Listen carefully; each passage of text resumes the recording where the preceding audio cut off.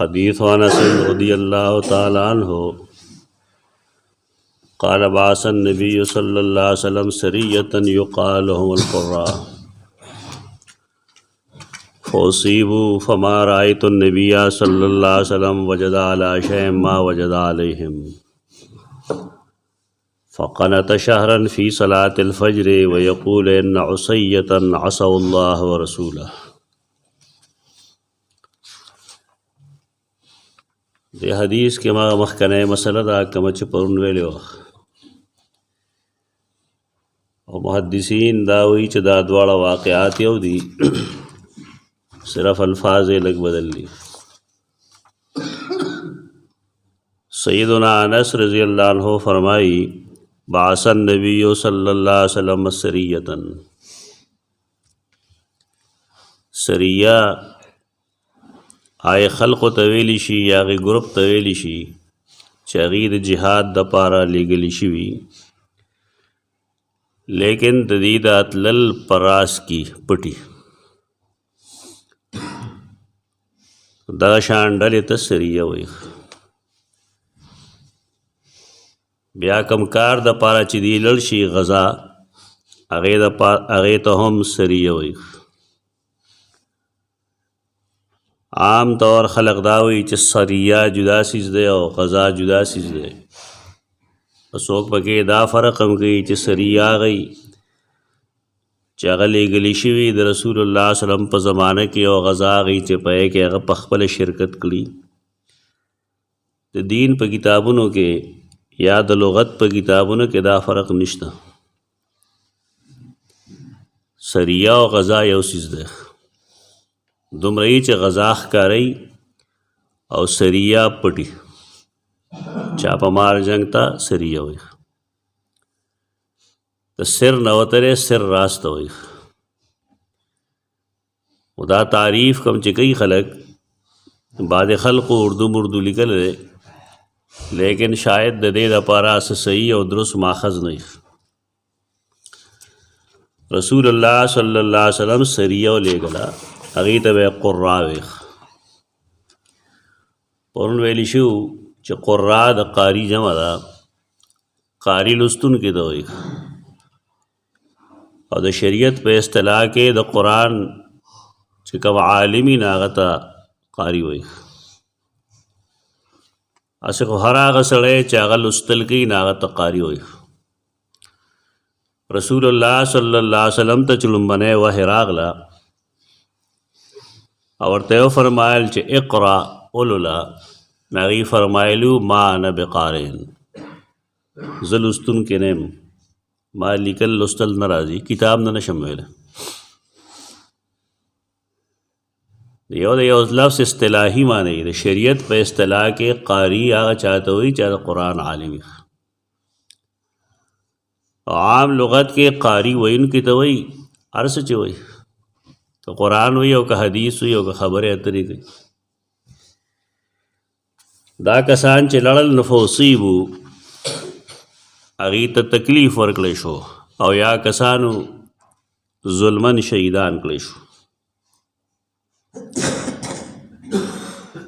پرونه مونږ ویلو چې که رسول الله صلی الله علیه وسلم ته دا علم وی چې دا کسان زما د مرګري بوزي او مړه کوي شهیدان کوي بیا به نه ولیږلی. خدا دلیل د دې خبرې چې رسول الله صلی الله علیه وسلم لا الله د غیب علم نه ورکړی. د غیب علم چا سره نه وي. اما مختصرا د سیدنا یعقوب علیہ السلام ذکر هم کړو. سورۃ یوسف کې د هغه تذکره ده چې د هغه زامن جمع شو یو بل سره مشوره وکړله چې زمونږ د پلار په دې کشري باندې یوسف باندې ډېره مینه کوي، ځای چې دی د پلار د مخې نه لرې کړو. دا میټینګ و د هغې. بیا شیطان چلونه ښیي چې ګناه وکړه بیا به توبه وباسي. تکونو من بعدی قوما صالحین، وروسته به ښه خلک شي. هغې چې رالل پلار ته یې خبره وکړه چې مونږ چکر له ځو، هغه ورته دا نه دی ویلي چې تاسو میټینګ کړی دی او زما زوی یې مړ کوی. دا بعضې خبرې بار بار مونږ په دې باندې کوو چې دې تعلق عقیدې سره وي. عقیده چې د انسان صحیح نه وي د ده عمل نه قبلېږي، هېڅ عمل یې نه قبلېږي. منځونه، روجې، حجونه، زکاتونه دا د مکې مشرکانو کول، ځکه هغه د ابراهیم او اسماعیل علیه السلام بچي وو او د خپل نیکه دین هغوی ته معلوم و. هغوی به خپل ماشومان سنتول، ګیرې به یې ساتلې، پټکي وهل، مونځ به یې کو، طواف به یې کو، حج به یې کو، عمره به یې کوله، قربانۍ به یې کولې، دا هر څه پای کې موجود و. دومره وه چې د الله سره هغوی نور شریکان جوړ کړل چې دا کار الله هم کوي نو دا کار فلانکې هم کوي. هغه فلانکو په باره کې به خیال نه و چې دا الله مقرر کړي دي، ده ته یې د دې علاقې ذمه داري حواله کړې ده. دې ته شرک وایي. د دې شرک د وجې ټول مشرکین جهنم کې دي. ځان په دې پوهول غواړي چې تر کومې د انسان عقیده سمه نه وي تر هغې پورې کار نه سمېږي. استادانو موږ له مثال راکو چې که یو سړی د خپل دیوال بنیاد ښه مضبوط جوړ کړي، سیخ پکې ولګوي، ښه سیمټ کنکریټ پکې ولګوي او بره یې راوخېږي، نو بره که دی د پسخې دیوال وي او که د هر څه دیوال وي نو خو ټکي. دا مثال د عقیدې دی چې عقیده دې مضبوطه وه نو که ته عمل ستا کمزورې هم وي نو انشاءالله الله به دې بخي. خو که تا بنیاد کې پسخه لګولي، د خاورو بنیاد دې جوړ کړی دی، نو پاس په دې لنټري کور څنګه جوړه؟ د عقیدې مثال یې ورکړی دی. ستا عقیده کې شرک پروت دی، کفر پروت دی، نو ته په هغې باندې بره به دا ته څه مضبوط کړې؟ بره خو نه مضبوطېږي. تو دې طرف ته توجه کول پکار دی.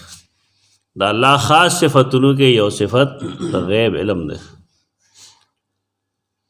الله رب العزت بعضې پیغمبرانو له د بعضې هغه غیبونو خبر ورکوي کوم چې د هغې پیغمبرۍ سره متعلق وي، لیکن کل غیب علم الله یې چاله نه ورکوي. بیا امام ابو حنیفه رحمه الله او د هغه چې کوم اتباع کوونکي خلک دی په دې کې ډېر سخت دي. د هندوستان کې یو کتاب لیکلی شوی ته فتاوا علمگیری وایي. علمگیر زمانه کې غټ کتاب د 6 جلده کتاب ده. په هغې فتاوا علمگیری کې لیکلي دي چې که یو سړی دا وایي چې زه په غیب باندې پوهېږم، ما ته د پټ څیز پته را، دا شی روښکېشم، دا روښکېشم، دا روښکېشم، نو دا سړی کافر دی، دی مسلمان نه دی. نو بیا وایي که یو سړی دا وایي چې اعلمو باخبار الجان، ما پیریان د دې نه خبره وي. خلک وایي که نه پلانکي سره خاپیري دي او دا شی به ښکاره کوي. خاپیری څه شی نشته، البته پیریان څه شی شته. نو که سړی دا وایي چې اعلمو باخبار الجان، مالا جنات خبر روړي او په هغې زه خبرېږم چې دا شی کوم ځای دی، نو دی هم کافر دی. ولې؟ وجه یې دا ده چې سلیمان علیه السلام کله بیت المقدس جوړو نو هغه د پیریانو نه کار اخیست. یو شیش محل کې ولاړ د شیشو ځای کې انبیاء کرام باندې چې کله مرګ راځي نو د هغې نه ملائک تپوس کوي چې الله فرمایي چې ته راتلل غواړې او که نه جون غواړې. پیغمبران په دې معامله کې خاص دي. نو هغه ورته ویل چې زه خو د الله ملاقات کول غواړم. د الله ملاقات په ویښه نه کېږي. دا ګپ شپ لګوي خلک، هسې لګیا چې پلانکي دغه ځای کې ولیده، پلانکي دغه ځای ولیده، دا پوهېږي نه غریبانان. عوام خو چې ته دا ووایه که چې د 200 ځله پیغمبر ولیده، بس عوام به وایي چې ټیک ده. په دې میډیا باندې عجیب و غریب مولیانې غټې غټې ګیرې نیولي او دروغ به وایي. چې ما دغه ځای موسی علیه السلام لیدلی دی او دغه ځای عیسی علیه السلام په ویښه یې لیدلي. ستا په خیال موسی علیه السلام او عیسی علیه السلام زه ورته به وپېژنو؟ تاسو لیدلی قرآن یا حدیث کې د هغه څه شکل ښودلی چې داسې دی؟ یو سړي څه شی ولید او هغه دا وایي چې زه موسی یم یا زه عیسی یم، دا به رښتیا وایي؟ دا دروغ دی. مونږ دا لیدلی نه یي د سر نه، چې مونږ نه یې لیدلی نو څنګه به مونږ وایو چې دا فلانی دی او دا فلانی نه دی؟ نو داسې خلق هم دی چې په ویښه باندې الله هم ویني. خلک په اعتماد کوي چې او جټي دی. الله په ویښه نشي لیدی، الله پس د مرګ لیدی شي. چې ته مړ شې نه بیا به الله ویني، مخکې نه ویني. انبیاء علیهم السلام نه به تپوس کو، سیدنا سلیمان وی چې زه تلل خو غواړم لیکن دا که زه مړ شم وغورځېږم نو دا شیطانان چې کوم دی دی بیا کار نه کوي. نو بیت المقدس یې جوړو، هغې دپاره هغه ته دا طریقه وښودله چې ته خپله کونټۍ ځان ته اړمه کړه، کونټۍ په سهارا ودرېږه، ساه به درنه لړې شي، مړ کېږي به نه، ورځېږي به نه. تر هغې به نه ورځېږې تر کومې چې بیت المقدس تکمیل ته نه وي رسېدلی. ستا به خیال بیت المقدس به یو ورځ کې جوړ شوي که نه، که دوه ورځې کې به جوړ شوي. هغه ولاړو ولاړو او پیریانو هغه لیده چې هغه دې ولاړ دی، مسلسل لګیا مسلسل لګیا. میانځ کې د شیشې او پرده ده، شیشه پرده هم نه وي. ته خو یې که چې ځمکې د لاندې نه کوډې راوباسي موږ لږ نه، دروغ وایم وړه. پیریانو ته جي پته یي، څه پته یي ورته؟ هغې ته دا پته نشته دی چې د شیشې نه اخوا دا پیغمبر ولاړ دی، دی ژوندی دی که مړ دی. دومره کامن سینس پکې هم نشته دی چې دا خو بلا کلونه وشو دی ولاړ دی، نه څه خوري نه څه څکي، نه بار ته ځي، نه کښېني نه پاسي. دومره بې وقوف قوم دی پیریان. خو انسانانو ته ماماګان جوړ کړي او پته نه پوهېږي دا ولې. په اردو کې خو مامو بنانا بل څه معنا باندې چا چې بې وقوف جوړ کړي نو اردو والا یې اسے مامو بنایا. او ډېر بې وقوف قوم دی پیریان، خو بې علمه خلک دی. دا خلکو هسې په ځان راسواره کړي دي. دې ته وګورئ چې په پیریانو کې څوک نبي نشته، پیریانو کې رسول نه وي، په دې معامله کې هغوی د انسانانو تابع نو موږ ته غوره یو که هغوی غوره دي؟ خپل حیثیت خلق نه پېژني. پیریانو نه څه شی جوړ کړی دا ټیک دی چې هغه پټ دي، نو هغې دپاره شریعت موږ له راکړی دی اعوذ بالله من الشیطان الرجیم. دا کلمه وایه اعوذ بالله من الشیطان الرجیم، شیطان به لکه د مچ غوندې غونډ شي، پیریان دې نه ټینګېږي. قرآن مجید دا فرمایي چې کله هغه وغورځېد ما دلهم علی موته الا دابة الارض تاکل من ساته. پیریانو ته خبر ور نکه د سلیمان د مرګ مگر دابة الارض، دیمک موږ چې ورته وینه وایو، وینو د کونټۍ هغه وې خوړ او د سلیمان بوج چې کله په هغې راغی نو هغه وغورځېد. ساه چې نه وي په بنده کې نه بیا ګرځېدی هم نه شي او درېدی هم نه شي. دا ګپ شپ به نه لګو چې ساه پکې نه وګرځي، ساه پکې نه او سهارا نه و نو ولاړو. دا قرآن قصه یې کړې د خلکو خو نه ده. دې نه دا معلومه شوه چې خوا کې ګوره سړی چې کونټۍ ودرېږي سهارا باندې نو ستا مخې ته به یو لیش به وي خوا د خپو نه کړه. هغه وینه په کونټۍ لګېدل لیکن د سلیمان په خپو نه لګېدل. ولې هغه نبي دی او د انبیاء کرام علیهم السلام جوسې ځمکه نشي خرابولی. دا د عقیدې مسله ده، قرآن نه ثابت ده. پیریانو ته علم نه و د دې خبرې، پیریان په غیب نه پوهېدل دا دروغ وایي خلک. نو که یو سړی دا وایي چې عالم به اخبار الجان، شداد دا خو یو کافر پخوا تېر شوی و، خو شداد سخت سړي ته وایي، شدید او تشدد نه شداد دی که دا یو ډېر لوی امام دی. شداد د قاضي ابو یوسف شاګرد دی، د امام محمد شاګرد دی، د امام ابو حنیفه د شاګردانو شاګرد. هغه اعتکاف کې ناست جماعت کې مسجد کې، اعتکاف خو جماعت کې او روزه کې. د کور نه بعد هغه کور والا هغې له څه خوراک مراک رالیږه، روژه ماتي کې سهار کې ماښام کې. هغې ښځې په ده باندې بدګماني وکړه، ځکه چې هغه هلک به کله کله لیټ شه کور ته تلو. شیطان خور ځای کار کوي خپل. ښځه دا سوچ نه کوي چې زما دا خاوند په مسجد کې هم دی او اعتکاف کې هم دی، دی هلته څه وکړي. وار کیفه بدګماني هغې وکړه، چې ویې کړه نو دی پسې راغی او جګړه یې وکړه. نو ده ورته ویل چې د الله بندې زه مسجد کې یم اعتکاف کې یم، ته بیا هم څه بدګمانۍ کوې، ولې کوې؟ سوچ نه کوې ته دې خبرې ته. نو ښځه چې خرابه شي نو هغه هر چا ښځه چې بیا خرابه وي بس. هغې دا سړي بې عزتي وکړه، ورته یې تا چې څومره زه ښه پېژنم دومره دې بل څوک نه پېژني. او بیا ویل ما ته د هر څه پته چې څه کېږي. نو هغه دې تپوس وکړو اتعلمین الغیب، ته د غیب نه خبر یې؟ دا مسجد خو ستا لپاره غیب دی، ته په کور کې دننه یې. زه د دین نه خبر سړی یم، زه به ولې هغه څه کوم څه چې ته وایې. اتعلمین الغیب، ته په غیب پوهېږې؟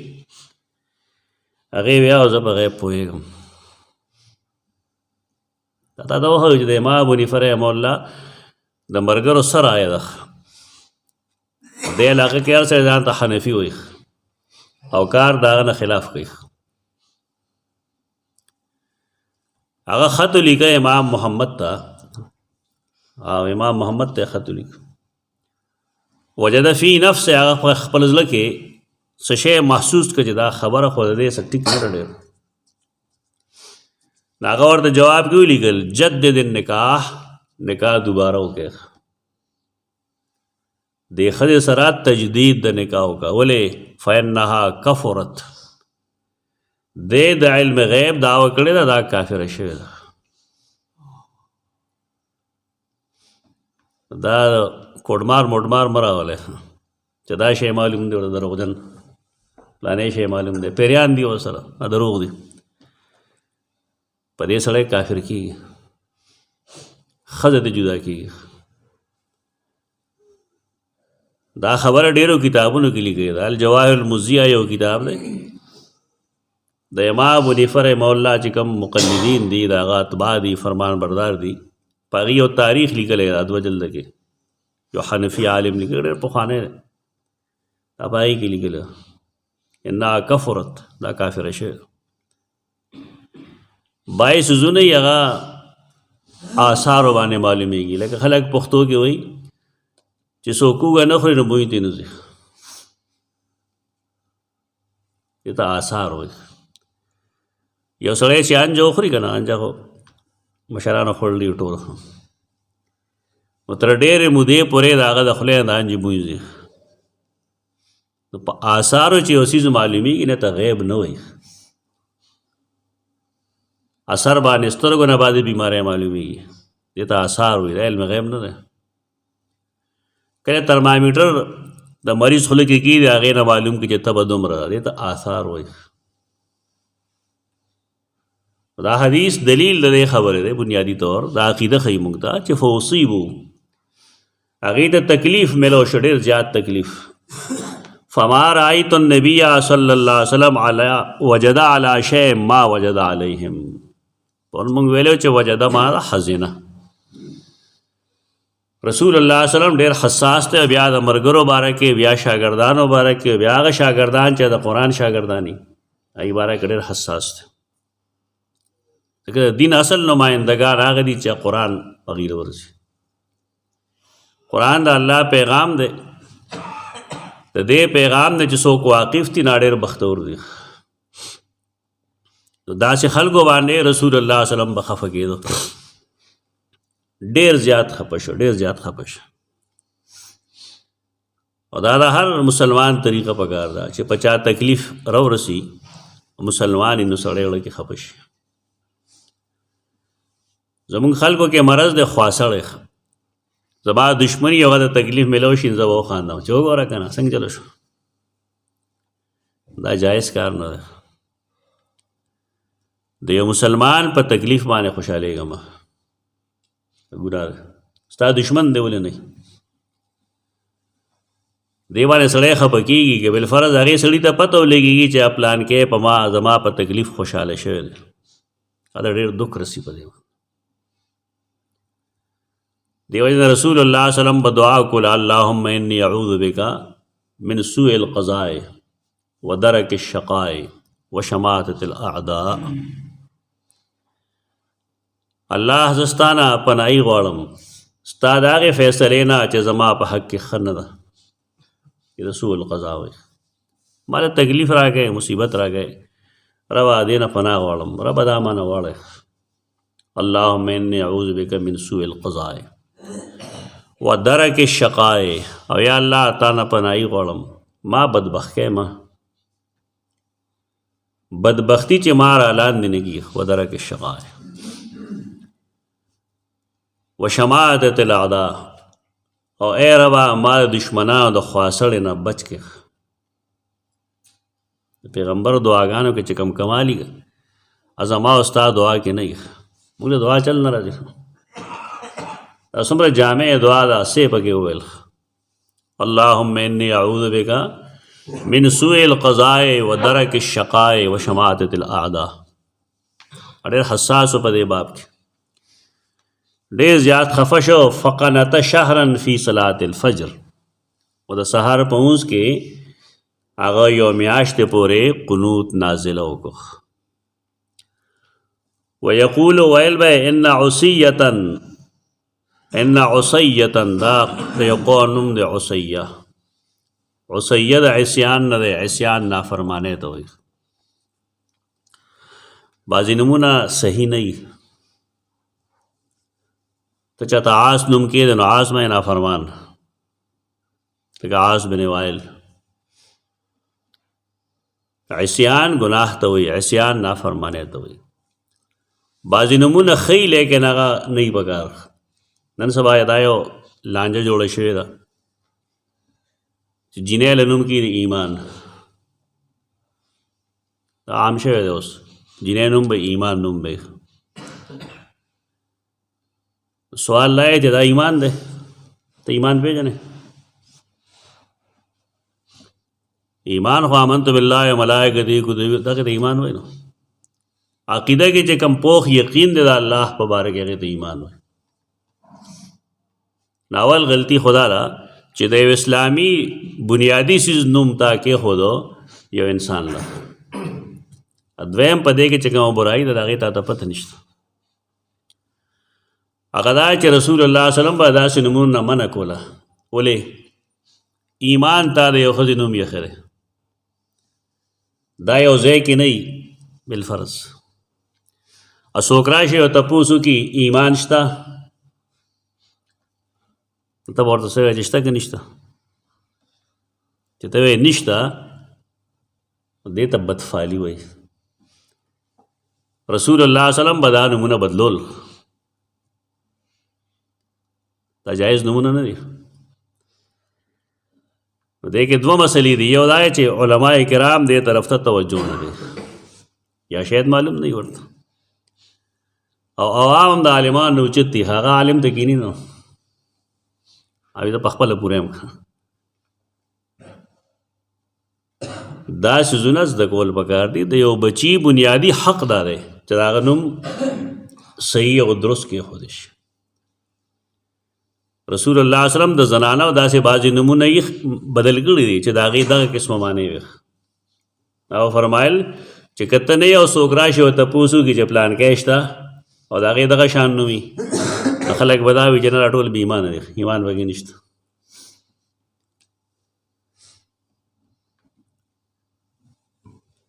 سړی دی د هغه نوم دی حزن. حزن منې ګناه، حزن منې خفګان تکلیف.